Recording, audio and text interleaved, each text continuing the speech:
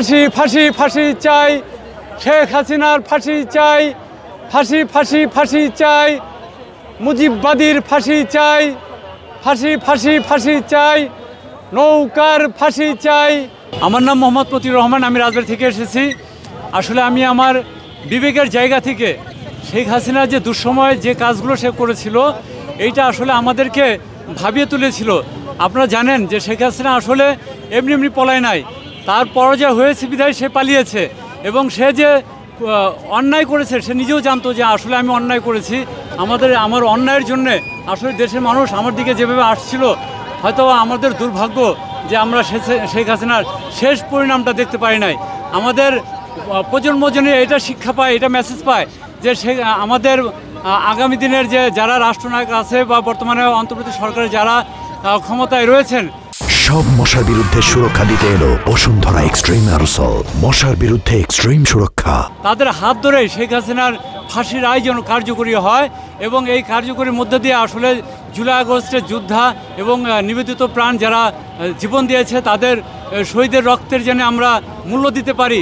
আসলে যদি আমরা এই শেখ হাসিনা খুনি হাসিনার যদি আমরা কোনো বিচার না এনে দিতে পারি, তাহলে আসলে তাদের রক্তের আমরা কোনো মর্যাদা আমরা রক্ষা করতে পারবো না। আর আপনারা জানেন এখানে একটা কথা লেখা আছে, ভারতের গুপ্তচর স্বাধীনতার বিশ্বাসঘাতক দালাল, এবং সেই সাথে লেখা আছে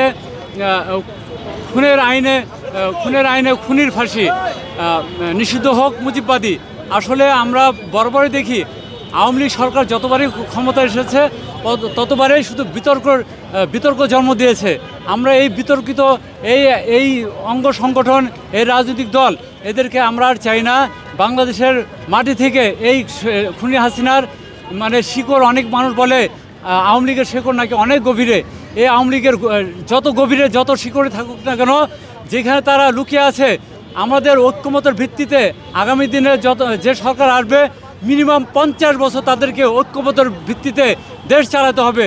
তাহলে যেই গভীরে আওয়ামী লীগ লুকিয়ে আছে সেই গভীরে তাদের মৃত্যু হবে এবং এই মৃত্যুতে এই বাংলাদেশের মানুষ আবার মুক্তি পাবে। এই বাংলাদেশের মানুষ জুলাই আগস্টে আসলে যেভাবে তারা আত্মহত্যা দিয়েছিল, আসলে তাদের আমরা এইভাবে আমরা রক্ষা করতে পারবো। আমরা সর্বোচ্চ দাবি বাংলাদেশের 19 কোটি মানুষের পক্ষ থেকে, রাজবাড়ীবাসীর পক্ষ থেকে আমি শেখ হাসিনার সর্বোচ্চ দাবি জানাবো। বাংলাদেশের যে আন্তর্জাতিক ট্রাইব্যুনাল আছে, এই ট্রাইব্যুনালে তার ফাঁসি রায় ছাড়া অন্য কিছু আমরা বিকল্প দেখতে পারবো না, মেনে নিতে পারবো না।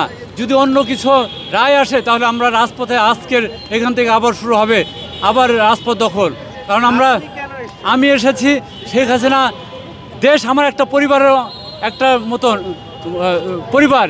কারণ আমার এই দেশের সাথে সে যেভাবে বিশ্বাসঘাতকতা করেছে, এই বিশ্বাসঘাতকতার জায়গা থেকে আমি আমার নীতির জায়গা থেকে শেখ হাসিনার বিরুদ্ধে এতটা আমি অতুষ্ট হয়ে গিয়েছিলাম, সে দেশের মানুষ এতটাই নারাজ হয়ে গিয়েছিল। আমার মনে পড়ে আমি দুইবার রাজবাড়ী থেকে, আমি ঢাকার ভোটার ছিলাম, হয়তোবা যে কোনো কারণবশত আমি ভোটারটা ট্রান্সফার করতে একটু সমস্যা হচ্ছিল। আমি দুইবার ঢাকায় এসে ভোট দিতে এসে আমি ভোট না দিতে পারি নাই। ঢাকার লোকেরা বলতো, দোস্ত তোমরা চলে যাও, তোমার ভোট হয়ে গেছে। তার মানে দেখা যাচ্ছে আমার ভোট, দিনের ভোট রাতে তারা মেরে দিয়েছে। এই রাতের ভোট, দিনের ভোট রাতে আর যেন কখনো কেউ তৈরি করতে না পারে এবং এই ধরনের রাষ্ট্রনায়ক যেন আগামীতে কেউ আবার আমাদের মাঝে আমরা না পাই, সেই লক্ষ্যে আমি সবাইকে সচেতন করতে চাই এবং এটা মেসেজ স্বরূপ সবার কাছে পৌঁছে দিতে চাই, যাতে আগামীতে যে সরকার আসবে সেই সরকার যেন জনগণের সরকার, জনগণের দ্বারা সরকার, জনগণের জন্য সরকার, জনবান্ধব সরকার যেন তারা আমাদের মাঝে আসতে পারে। আমরা যেন তাদের কাছে যে আমাদের কোনো অসুবিধা থাকলে তাদের কাছে যেন আমরা আমাদের অধিকারের কথা তাদের কাছে যেন নির্ভয়ে বলতে পারি। আমরা আর ভয় থাকবো না, আমাদের সাথে থাকবে সরকারের সাথে সম্পর্ক। যেহেতু আমাদের ভোটে তারা নির্বাচিত সরকার হয়, তাহলে তারা আমাদের পরিবারের একটা অংশ, তাদেরকে আমরা আলাদা দৃষ্টিতে দেখব না এবং তারা যেন আমাদের আলাদা দৃষ্টিতে না দেখে, আমরা কেউ কারো প্রতিপক্ষ দৃষ্টিতে থাকবো না। এবং এই আশাবাদ ব্যক্ত রেখে শেখ হাসিনার সর্বোচ্চ দাবি, তার ফাঁসির দাবি জানিয়ে আমি দেশবাসীর কাছে আমি এতটাই আহ্বান জানাবো, সবাই আপনারা একমত থাকবেন। শেখ হাসিনার ফাঁসি এবং শেখ হাসিনার ফাঁসি। ধন্যবাদ।